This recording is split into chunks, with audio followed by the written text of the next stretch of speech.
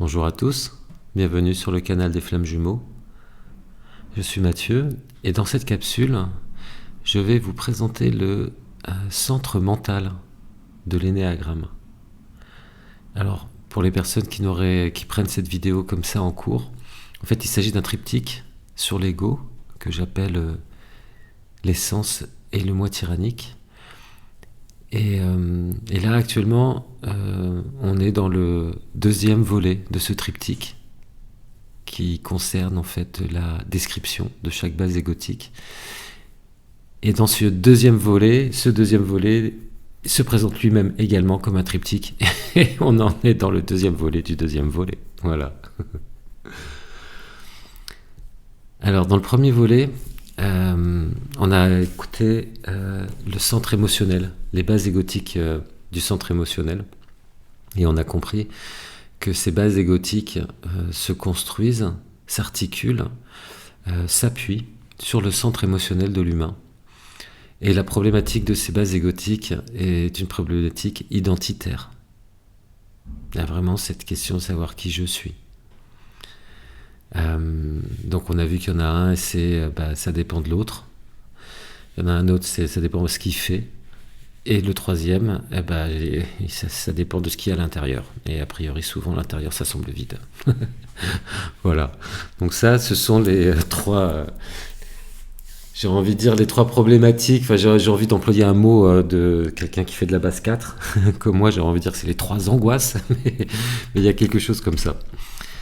Dans le centre mental, avec le centre mental, on va découvrir que là, les égos vont s'articuler donc sur le centre mental de l'humain et que la préoccupation, elle n'a absolument rien à voir avec l'identité, mais elle a à voir avec le fait de se protéger. Et se protéger, être en sécurité. Si dans le centre mental, on devait gérer... on construisait les choses avec l'énergie de la dépression, hein, soit on l'exprimait, donc dans le cadre du 4, soit on la combattait dans le cadre de la position 3, ou alors on la refoulait dans le cadre de la position 2. Eh bien ici, dans le centre mental, c'est l'énergie de la peur que l'on va devoir, avec laquelle on va travailler. Voilà. Alors, ça commence à la position 5. Ce qui est rigolo, c'est que si vous regardez le schéma, en fait, le dessin de l'énéagramme, vous voyez qu'entre la position 4 et la position 5, on a un énorme gap. On a une distance qui n'est pas égale aux autres distances qu'il y a entre les bases égotiques. Alors, j'aime bien dire, moi, que le 4, l'ego qui s'est construit sur la position 4, est toujours au bord du gouffre. Il est au bord de l'abîme. Il marche avec ce risque de sombrer dans la dépression, puisqu'il exprime la dépression. Et donc il a toujours cette sensation d'être à la limite, d'ailleurs avec sa caractéristique de vouloir être unique, différent, etc. On a ce côté-là, parce qu'on navigue toujours dans l'ego qui se met en position 4, on navigue toujours entre le tout génial et le rien, le vide.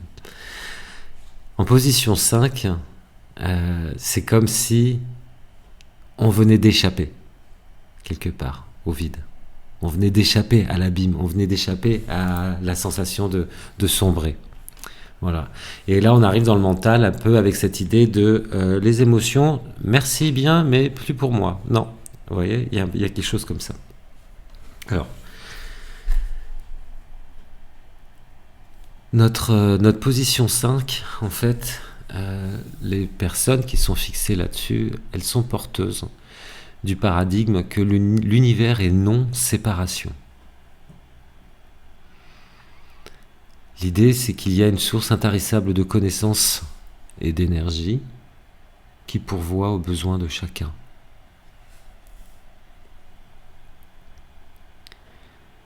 L'expérience que va faire l'enfant, qui est porteur de cette essence, c'est que le monde va lui montrer que c'est pas comme ça. On va lui montrer, en fait, on va lui faire vivre une expérience dans laquelle, lui, comme il a ce filtre, qu'il y a une source intarissable de connaissances et d'énergie, d'accord, qui pourvoit aux besoins de chacun. Il y a quelque chose qui est intarissable. Il va vivre en découvrant la vie avec ce filtre. Il va vivre une expérience d'insécurité, car dans sa famille, il va avoir l'impression subjective d'être submergé. Ou plutôt, il va ressentir la peur d'être submergé. Alors, soit parce qu'il vit dans une grande famille, soit parce qu'il a des parents qui sont dans le besoin ou qui sont très demandeurs émotionnellement. Mais il va vivre un sentiment d'intrusion. Et ce qui va se passer, c'est que il va y avoir une sensation de disette émotionnelle, qui va amener en fait l'enfant à se couper de ses émotions.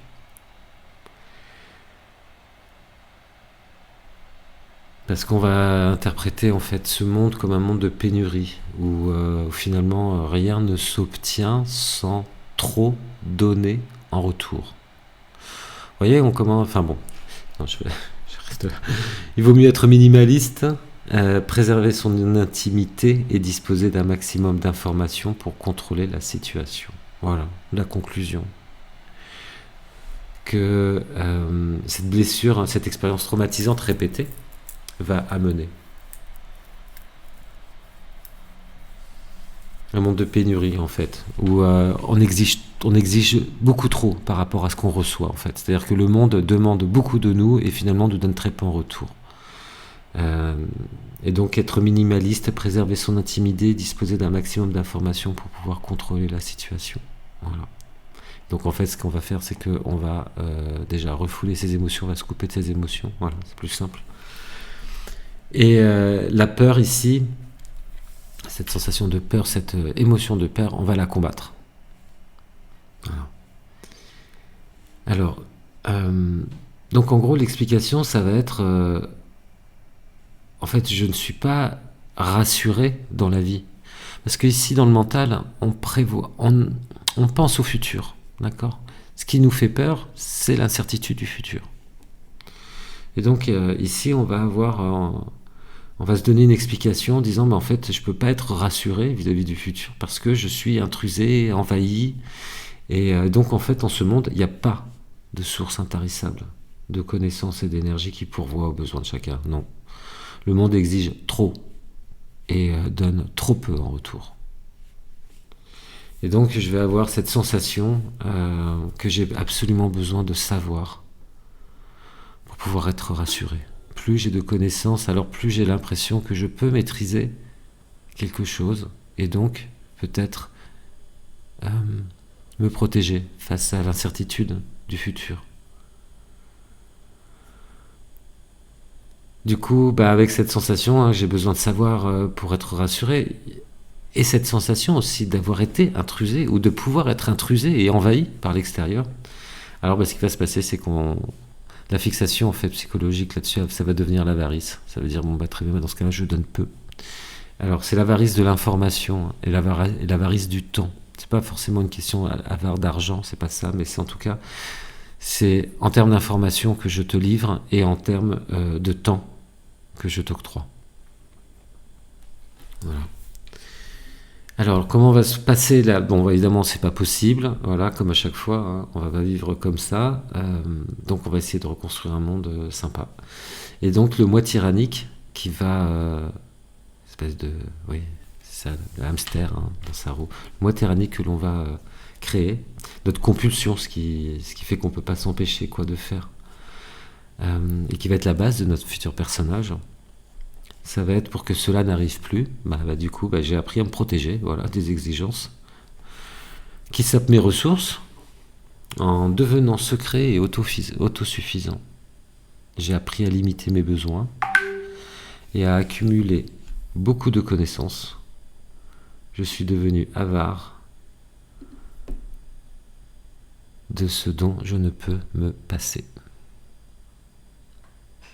Donc automatiquement, je vais éviter, coûte que coûte, l'intrusion et le vide intérieur. Automatiquement, le mécanisme de défense qui, logiquement, se met là, ça va être l'isolation. D'accord ? On isole. Alors l'isolation, il faut le voir aussi un petit peu en termes de dissociation. isoler les choses les unes des autres. Et l'intellectualisation. En intellectualisant, du coup, je me coupe de mes émotions. Bon, par contre, il va rester toujours cette peur archaïque, puisque vu que je mis ça en place, vu que je cherche à éviter absolument quelque chose, j'ai toujours peur que ce que j'évite arrive, et donc je vais rester avec cette sensation persistante, d'être envahi, d'être intrusé, parce que je ne comprends pas que la non-séparation en ce monde, c'est que nous sommes tous connectés les uns aux autres. Si les hommes sont des îles, en retirant l'eau de l'océan, on constate que les îles ne sont pas séparées. Il n'y a pas d'endroit possible pour se soustraire à l'univers et à ses lois. Donc il n'y a pas besoin d'amasser et de s'isoler pour se protéger. Voilà, mais ça, c'est ce qu'on a oublié. C'est ce qu'on est venu représenter sur Terre, c'est ce qu'on a oublié. Et du coup, c'est ce qui va nous faire souffrir quand on va essayer absolument d'éviter l'intrusion et le vide intérieur. Je vous donne un exemple d'une personne que je connais qui est 5. J'ai pas mal de personnes autour de moi. Je connais quand même pas mal de personnes qui ont un ego en position 5, mais j'ai un exemple tout rigolo. Un jour, cette personne, il y a quelqu'un qui frappe à sa porte. Et elle ouvre, et donc elle habite dans un bâtiment, un grand bâtiment, vous savez, ces espèces de bâtiments là, à 10, 12 étages. Là. Elle ouvre, et en fait, elle voit que c'est une de ses voisines qui habite quelques étages au-dessus. Elle est enceinte jusqu'aux yeux. Il fait chaud, je crois, quelque chose comme ça, ou bref. Et la voisine lui demande, en fait, il y a un problème, je sais plus, avec les clés ou quelque chose comme ça. Enfin, elle lui demande si elle peut lui emprunter son téléphone. Elle voudrait appeler son conjoint pour qu'il vienne ouvrir la porte. Bref. Et mon ami m'a expliqué que, ne connaissant pas cette personne, elle n'a pas pu la faire rentrer. C'est-à-dire qu'elle est allée chercher le téléphone, elle lui a donné le téléphone à l'extérieur de l'appartement. Et une fois que ça a été fini, elle a laissé la personne à l'extérieur attendre devant sa porte. Voilà. Elle me disait, pourtant je voyais bien qu'elle était enceinte, elle me disait, mais je ne pouvais pas lui proposer de rentrer. Voilà.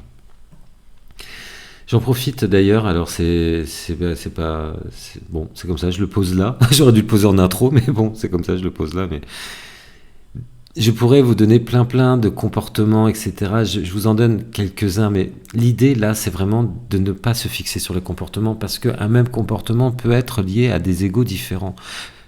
C'est pas le comportement lui-même qui est intéressant de regarder, c'est la motivation du comportement. Voilà. Si on se fixe que sur des comportements pour déduire les bases égotiques, alors on va enfermer les gens et on va se tromper. Voilà. Par contre, chercher qu'est-ce qui peut motiver, encore une fois, c'est quoi ta cam? Qu'est-ce que tu protèges? Qu'est-ce que tu défends? Voilà. C'est quoi ta motivation pour te comporter comme ça? C'est là où effectivement on va se rendre compte de la base égotique des personnes et de la nôtre. Donc il y a différentes dénominations. On va parler de l'observateur, le penseur, le solitaire. Mais vous voyez, solitaire, c'est pas suffisant, parce que dans solitaire, on n'a pas le fait que la personne elle observe et elle accumule de la connaissance. Voilà. Alors la caricature, c'est explication du monde. Voilà, ce sont des personnes qui expliquent beaucoup les choses. Alors, leur motivation principale, c'est d'être reconnus pour ce qu'ils savent, voilà, pour les connaissances, le fait d'être utile, être au courant et le fait de savoir. Et donc, l'attention première chez ces personnes qui ont cet ego-là, ça va être de tout de suite détecter ce qui permet d'observer. Et on va éviter forcément d'être envahi par les autres. On va éviter le vide intérieur et donc le sentiment d'intrusion.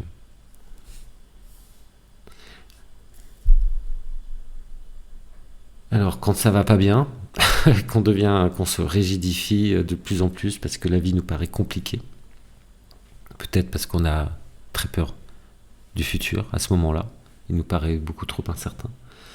On va donc du coup tomber dans cette tendance, dans notre passion qui va être l'avarice de nos connaissances et de notre temps. Donc c'est-à-dire que je ne te dis pas, je ne te tiens pas au courant et je n'ai pas beaucoup de temps pour toi, très peu. J'ai beaucoup plus à faire, je dois apprendre. Il faut que j'apprenne, il faut que j'accumule des connaissances. Donc la fierté, ça veut dire oui, moi je sais, moi je comprends, voilà. Et l'orgueil, donc forcément c'est le je sais. Et donc la pathologie, quand on devient, quand on va finir par décompenser, parce que à force de n'avoir utilisé qu'un seul mécanisme de défense et d'être complètement tout raide comme ça dans notre façon d'appréhender le monde, la pathologie, du coup, qui va naître, ça va être une pathologie alors plutôt schizoïde et évitante, isolement et autisme, forcément. Ce qui est intéressant dans cette histoire de pathologie, je reviens sur ce que j'ai dit tout à l'heure, mais une pathologie peut être le résultat aussi de plusieurs bases égotiques, d'accord ? La psychiatrie donne des noms, elle essaye de donner un contour à un syndrome ou à une maladie, mais c'est jamais très très exact. Et d'ailleurs, c'est pour ça qu'on parle souvent de syndrome. Et donc, un même syndrome peut en fait taper finalement dans plusieurs problématiques. Plusieurs problématiques peuvent donner quelque chose qui ressemble à un syndrome. Syndrome schizoïde ou un syndrome narcissique ou voilà. Alors pour ces personnes-là, le travail d'aide, ça va être d'apprendre à ressentir, parce que comme je vous l'ai dit, effectivement, on isole avec notre super mécanisme de défense, on isole les choses les unes des autres, on isole les émotions des actions, etc. Donc il va falloir apprendre à ressentir ici. Et donc on va passer durant notre incarnation, quand tout va bien, donc de l'avarice au détachement. Alors, les animaux, en régressif, on a le renard, et en évolutif, on a le hibou. Voilà. Alors, c'est vrai que le hibou, c'est sympa, c'est symbole de connaissance, je crois, vraiment. Et c'est vrai que c'est tranquille sur sa branche. Le renard, lui, il a le sentiment d'être intrusé, je sais pas. En tout cas, lui, il va piquer les œufs des autres, quoi. Ou il va croquer le cou des poules, ça c'est sûr. Alors, en termes de temps, on est plutôt axé sur le passé, et donc on est effectivement en retrait dans la notion de temps. Alors le défi de ces personnes-là, qui ont cet ego-là, pour revenir à leur essence, ça va être de recontacter pleinement la composante émotionnelle. Et je vous l'ai dit, c'est leur défi, parce que eux, quand on regarde le dessin, c'est comme s'ils avaient échappé à l'abîme. Voilà. Et donc du coup, c'est pas facile pour eux de se dire que il faut retourner un peu vers le 4. Voilà. Leur force principale, donc, c'est le besoin de connaissance. Et c'est ce qui va leur permettre, en fait, quand ils vont être de mieux en mieux, qu'ils vont intégrer leur base dans le monde, vont pouvoir, dans ce cas-là, développer des belles valeurs de connaissance, de savoir, de comprendre, et aller jusqu'à la vertu du détachement. Et ces gens-là, en fait, ces égos-là, le monde, ce que ça apporte au monde, ils apportent sur Terre, en fait, la preuve de l'importance des connaissances qui sont bien utilisées. Voilà. C'est rigolo, hein. L'univers est non-séparation, et donc ces gens-là doivent apprendre justement le détachement. Alors, la base qui suit, qui est en 6e position, c'est titré « L'univers est force ». Alors je connais très très bien cette base, puisque j'ai vécu 16 ans avec une personne qui est porteur de cette base. L'univers est fort, c'est-à-dire que nous avons tous confiance en nous, en nos semblables et en l'univers. Ces gens-là portent ça, c'est leur essence. Et comme je vous l'ai dit, on est dans le mental, et dans le mental, on cherche à se protéger d'un futur incertain. On aimerait contrôler les choses. Alors, petit, pendant les 5 premières années à peu près, là où on va fixer l'ego, le moi tyrannique, l'enfant va vivre une expérience au moment de la phase de séparation avec la mère.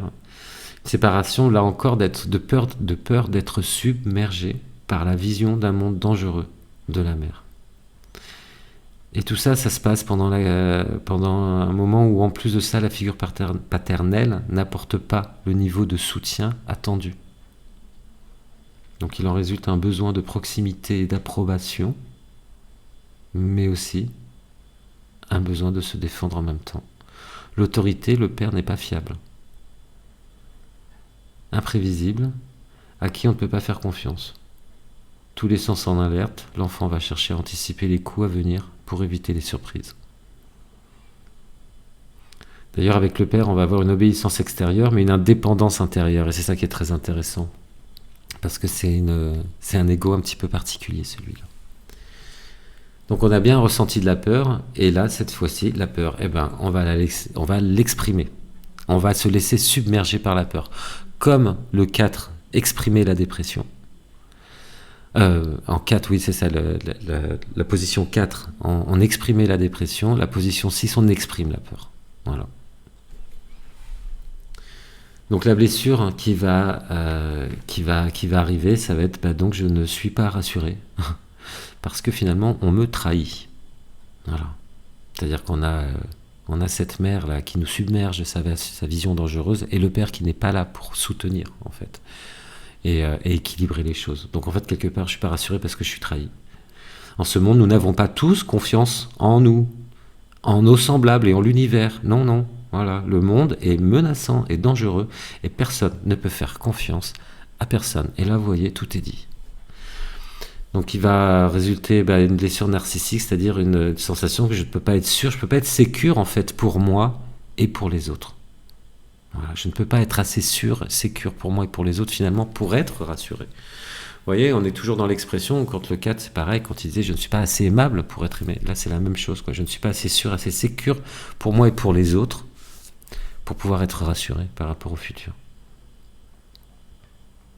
Donc forcément, la fixation psychologique qui en découle, là, c'est la lâcheté. Alors, la stratégie que je vais mettre en place, il va y en avoir deux. C'est-à-dire que je vais pouvoir aller ou dans l'un ou dans l'autre. En général, les égos qui sont les moi tyranniques qui sont sur cette position-là sont plutôt sur un des deux. Enfin, je ne connais pas beaucoup de gens qui ont ça, mais qui ont cette base-là, qui se sont construits sur cette base-là. Mais ceux que je connais, en fait, ils en ont choisi qu'une sur les deux. Voilà. Alors, pour que cela n'arrive plus, j'ai le choix entre soit j'ai appris à être vigilant, à discuter et à obéir à l'autorité pour éviter les menaces et les dangers, pour obtenir la sécurité et éviter le mal, ce qu'on va appeler une attitude phobique, c'est-à-dire que en gros,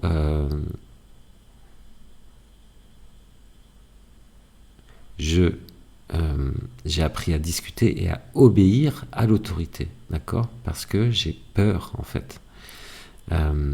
L'autre, qu'on appelle l'attitude contrephobique, c'est j'ai appris à être vigilant, à douter et à défier l'autorité pour combattre l'apparition des menaces et des dangers, défier la sécurité et affronter le mal. Dans tous les cas, je suis devenu sceptique. Ça va être vraiment leur marque de fabrique. Donc la fixation d'évitement, en fait, on va tout faire pour éviter la déviance et la trahison. Alors je vais vous donner un exemple de déviance. Donc un jour, avec mon ex-conjoint, qui n'aimait pas trop le cinéma, il décide d'être sympa avec moi, il me dit oui, allez, vas-y, c'est un dimanche, on va au cinéma.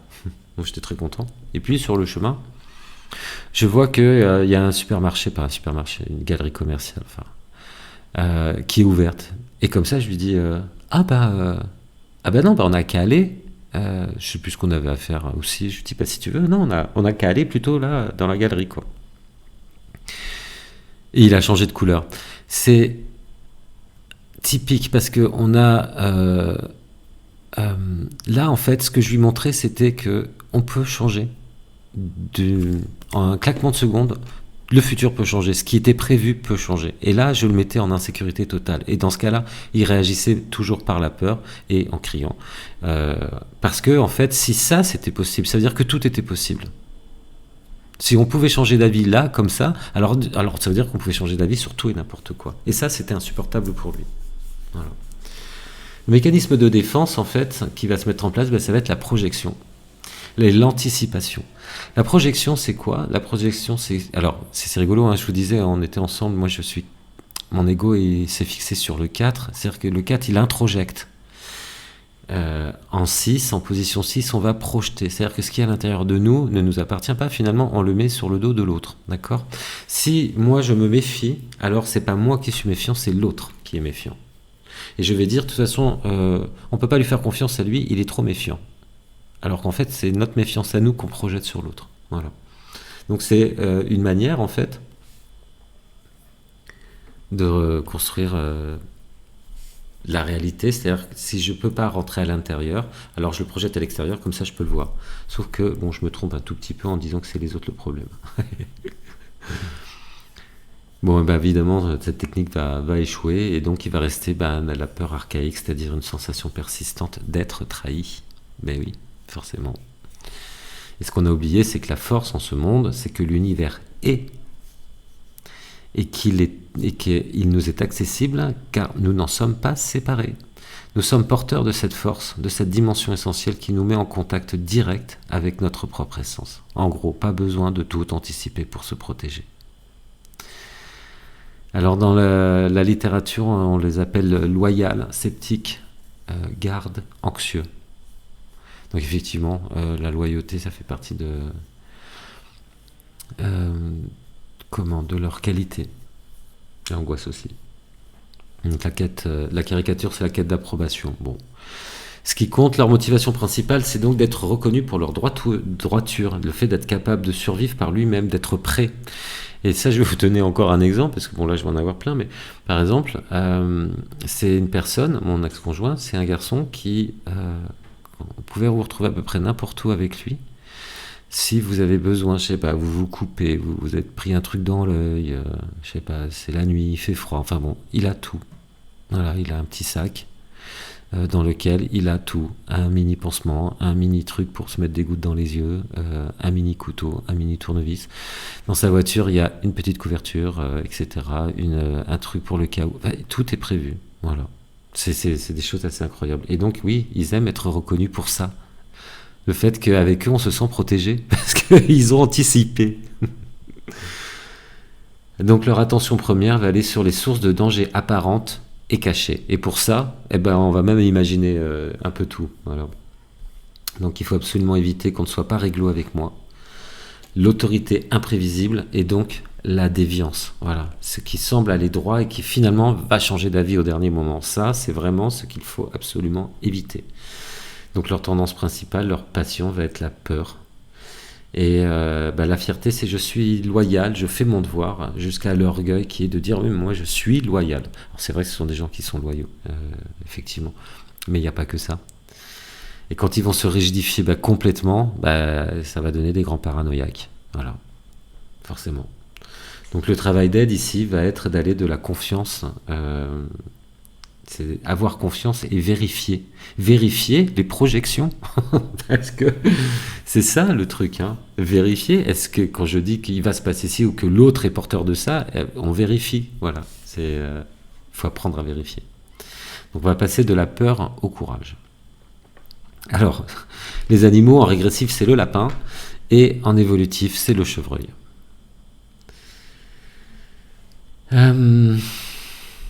Alors, leur défi, c'est apprendre à faire confiance et à lâcher prise. Vous voyez, ce garçon, par exemple, c'est très très compliqué pour lui de prendre l'avion, parce qu'il ne contrôle pas, c'est pas lui qui conduit l'avion. Et quand on est en voiture, il freine à ma place. Il est passager et je vois son pied, il freine. Et il y a des fois, il s'accroche, il freine, etc. parce qu'il n'a pas la maîtrise de la voiture. Et donc, il a l'impression, en fait, il ne se rend pas compte. Il a tellement peur qu'il n'arrive pas à envisager que moi, je contrôle la situation. Vous voyez ? Donc la force principale, c'est bien la loyauté. Les valeurs, c'est la confiance, la solidarité et la franchise. C'est des gens sur qui on peut compter. Le vertu, c'est le courage. Et donc, dans le monde, ce sont des gens qui vont nous apprendre en fait que, avec leur attitude de prudence vis-à-vis des dangers réels de l'existence, ils vont nous apprendre que c'est ce qui est à l'origine des qualités indispensables à l'évolution de l'humanité, qui sont le courage et la loyauté. Voilà, on tourne en rond. Alors, ensuite, la troisième base, qui fait partie du mental, enfin plutôt qui s'appuie sur le mental et donc sur aussi la perception d'un futur incertain. C'est la position numéro 7. Et là je fais un clin d'œil et un bisou à Julien, qui je sais écoute cette capsule. Et là en fait ce sont des gens qui comme essence portent l'univers suit un plan. La vie offre un éventail infini de possibilités que l'on peut expérimenter librement. L'expérience, et je connais bien 2 personnes qui sont sur cette... dont l'ego est basé sur cette base. Et ils ont vécu tous les deux la même enfance, enfin, le même problème dans l'enfance. Voilà, bref. Je vous explique. Expérience de déconnexion d'avec la mère de manière brutale. L'enfant déduit que les autres ne peuvent lui apporter l'attention dont il a besoin. Et il a appris à se déconnecter de la souffrance et à se materner lui-même. La recherche d'objets transitionnels, les doudous, a pris une importance particulière pour lutter contre le sentiment de frustration, de peur, de douleur. Prototype du comportement adulte, d'occupation de l'esprit à des distractions variées, goûte de nouvelles choses sans jamais en être satisfait. Les 2 personnes que je connais plutôt bien, qui portent, qui sont fixées, dont l'ego est fixé sur cette base, ont effectivement tous les 2 vécu à la naissance une séparation brutale d'avec la mère, parce que la mère a eu des problèmes de santé très importants, et donc l'enfant a été séparé. Et d'une façon prolongée en plus. C'est-à-dire, c'est pas une séparation d'un jour, quoi. On parle d'une semaine ou plus. Mon amie, je me souviens plus, elle, mais sa mère avait fait un cancer de l'utérus à ce moment-là, et je crois que ça a été un petit peu long. Voilà. Cette ressenti de peur, en fait, on va la refouler. C'est-à-dire qu'on n'a pas peur. D'accord, c'est comme notre base 2, d'accord, qui n'est pas dépressive, qui s'occupe, elle est très bien, elle s'occupe des autres, etc. Elle n'est pas dépressive. Là, c'est pareil. C'est des gens qui vont en base 7, on va rencontrer des gens qui vont profiter de la vie. En tout cas, qui vont donner l'impression comme ça de profiter de la vie, etc. Et qui vont pas montrer qu'ils ont peur parce que c'est refoulé. Peur du futur, j'entends. Alors la blessure, en fait, la blessure spirituelle, ça va être je ne suis pas rassuré car finalement car je souffre et je suis enfermé.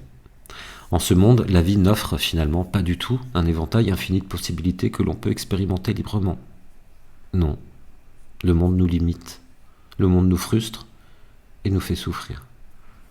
Et donc je vais avoir cette sensation que je n'ai pas le droit de... je n'ai pas le droit. Oui, en tout cas, il ne faut pas, ou il faut éviter absolument de ressentir la douleur si je veux être rassuré.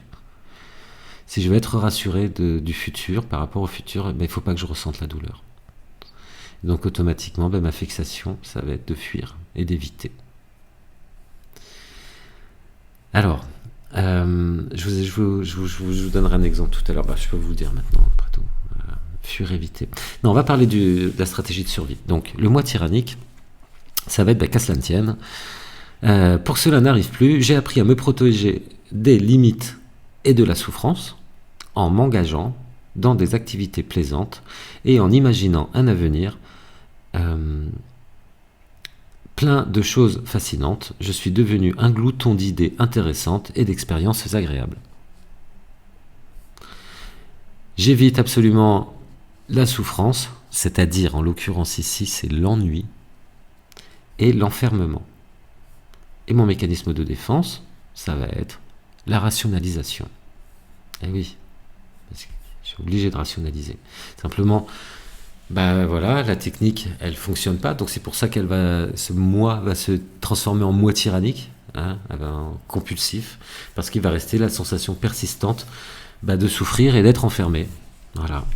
Parce que la personne a oublié que le plan suivi en ce monde par l'univers, voilà, c'est que c'est en étant dans la liberté de rester dans l'instant présent et de vivre pleinement ce qui est proposé, profitant ainsi de la succession des moments qui permettent au plan d'exister. Il n'y a pas besoin de profiter pour se protéger. En fait, je vais vous donner donc un exemple, une personne que je connais très très bien, et c'est quelqu'un qui est constamment au cinéma, au théâtre, dans les musées, chez des amis, en terrasse, à boire un verre, à visiter, par exemple, ses vacances. C'est on visite, on visite, on visite, on visite. Voilà. C'est toujours très. C'est pas que culturel, hein. C'est quelqu'un qui aime manger, qui aime boire aussi. Voilà. Donc il faut profiter. Donc et on profite de toutes les manières. Donc on lit beaucoup, on écoute beaucoup, on va au cinéma, on va dans les théâtres, on visite les villes, etc. Il nous faut prendre aussi de l'information. Il y a ça. Ça, je vous expliquerai pourquoi après. Mais il faut profiter absolument. Et le pire, en fait, c'est effectivement. Alors la personne, en fait, ne va pas vous le dire. Ce qui est rigolo, c'est que les égos qui sont en général fixés là-dessus, sur cette position, ne vont pas vous dire qu'ils font ça pour éviter l'ennui. Non. En général, c'est même des gens qui vont dire qu'ils se retrouvent pas spécialement dans l'énéagramme. Ils vont dire, tiens, c'est marrant parce que moi, je suis un peu de ci, un peu de ça, un peu de là. Mais ils vont pas se retrouver là parce que avec leur principe de rationalisation, du coup, ils peuvent pas retrouver leur base. C'est un peu ça le truc. C'est ça qui est très rigolo parce que quand on présente l'énéagramme, vous avez les gens comme moi qui vont tout de suite vont découvrir, vont faire ah mon Dieu voilà. Et puis vous avez les personnes qui ont l'ego qui est positionné en 7 qui vont dire non, moi je suis moi je fais un peu de ça, moi je fais un peu de ça, un peu de ça, un peu de ça, voilà. Et alors que non, en fait, il faut absolument éviter la souffrance qui est là, et c'est la souffrance qu'on peut contacter quand on vit l'ennui. Parce que quand on vit l'ennui, on vit un peu le vide. C'est-à-dire, quand je m'ennuie, c'est quand je n'ai plus rien à faire ni à penser. Donc il reste ce qu'il y a à l'intérieur de moi. Il reste moi. Et ça, c'est compliqué pour ces égos-là. Pour les raisons qu'on a évoquées, parce que la séparation avec la mère était brutale très très vite, en fait. Et ça, on ne peut pas recontacter ça.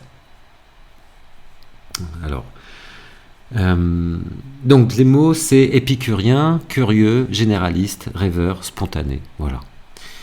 La caricature, c'est celui qui est tout le temps optimiste. Parce que je vous rappelle qu'on est sur, encore une fois, cet ego-là, il est là pour gérer la peur d'un futur incertain. Alors ce qui compte, ma motivation principale, c'est d'être reconnu pour mon plaisir, ma joie de vivre. Voilà, ne pas manquer de stimulants. Et aussi de pouvoir se dire, ça ira. Donc mon attention première, quand j'arrive quelque part, c'est de me dire, de regarder ce qui me permet des plaisirs mentaux et physiques. Voilà. Et donc je vais éviter absolument tout ce qui est emmerdement, voilà, clairement, tout ce qui est souffrance et enfermement. Encore une fois, souffrance de ma propre souffrance, d'accord ? Puisque la personne que je connais très très bien, qui est fixée sur ce mécanisme, est assistante sociale et elle gère la souffrance des autres. Elle est assistante sociale et également thérapeute familiale. Donc si vous voulez, la souffrance, elle la connaît, mais c'est pas la sienne. Voilà. Alors, quand ça va commencer à pas aller très bien, etc., on va devenir intempérant, hyper gourmand, glouton. Voilà. Et puis, avec cette fierté moi, je suis quelqu'un d'optimiste, je suis heureux, regarde, je profite de la vie, je suis très heureux, jusqu'à l'orgueil, je suis quelqu'un de très agréable. Et puis, quand je vais décompenser, parce que mon mécanisme de défense unique de rationalisation n'est pas suffisant pour gérer l'ensemble des événements qui m'arrivent dans la vie, automatiquement, je vais tendre vers le narcissisme et le délire d'immortalité.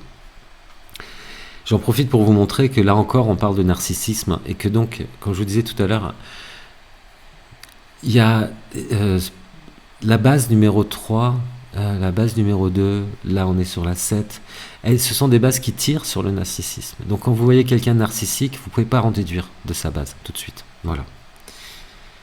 Et je suis toujours fixé avec mes pervers narcissiques, hein, vous savez, j'en parle à chaque fois, mais bon, je tiens quand même à le dire. Voilà, faites attention, je vous rappelle que tout ça, et ça je ferai une capsule plus tard qui portera là-dessus, mais tout ça c'est pour ça, apprendre à sortir du jugement. La flamme jumelle, mais pas que elle, tout le monde, toute personne dans le monde, et plus on évolue, et plus on a un degré important d'évolution et de conscience, plus on apprend à sortir du jugement. Et l'énéagramme ici ne doit pas vous servir à juger les autres, au contraire. C'est à reconnaître la motivation. Encore une fois, c'est quoi la came de l'autre? C'est qu'est-ce qu'il cherche à vous vendre? Voilà. Et qui est bon, d'accord? C'est quoi son essence? Alors, ici, au niveau, donc le travail d'aide va être de passer, donc de sentir au niveau du corps. Oui, parce que on est dans le mental à fond. Hein. Ça va être de sentir au niveau du corps et on va apprendre à passer de l'intempérance à la sobriété. Et ça, c'est des choses qui font mal. Hein. Enfin, le terme, en tout cas, quand on dit ça à des personnes qui ont un ego fixé sur le 7, leur parler de sobriété, c'est pas facile. Alors, les animaux, on passe du singe en régressif au papillon en évolutif. Donc vous voyez le singe qui prend n'importe quoi, qui jette, enfin je sais pas, j'imagine ça, hein, c'est-à-dire le truc complètement brouillon, etc. Ça saute de partout, ça fait du bruit, etc. Et à l'inverse, on a notre petit papillon qui est très beau en couleur, etc. et qui virevolte de petites feuilles en petites fleurs. Bon, voilà. Le défi, là, ça va être d'aller dans la profondeur des choses. Et c'est bien ce qui se passe, hein, puisque les deux personnes qui ont un ego qui est fixé sur le 7 que je connais sont bien sur cette voie-là, d'aller dans la profondeur des choses. Et grâce à leur force principale qui est la joie de vivre et l'optimisme et les valeurs qu'ils vont pouvoir développer, qui seront la liberté, le choix et le plaisir, on va pouvoir avec ça contacter la sobriété. Et au niveau du monde, ce sont des personnes qui, au monde, donnent des qualités essentielles, donnent des qualités essentielles à la survie et à l'entretien de ces espérances que sont la joie de vivre et l'optimisme. Voilà. Voilà pour le centre, les égos qui utilisent le centre mental pour se construire. Alors c'est génial, on est à 42 minutes, je vais donc laisser là cette deuxième capsule, la préparer et enregistrer la troisième dans la foulée sur, cette fois-ci, le centre instinctif. Où là, dans le centre instinctif, on va voir qu'on est encore sur un autre délire. Voilà, donc on a vu qu'on pouvait être sur un délire de qui suis-je, un délire de oulala, comment on se protège ou comment on se sécurise face à un futur qu'on ne maîtrise pas, justement. Là, avec l'instinctif, avec ce qui est tripal, on va aller voir justement comment on assure sa survie. Voilà. Je vous remercie pour votre écoute. Je vous souhaite, prenez bien soin de vous. Je vous embrasse et je vous dis à bientôt. Salut.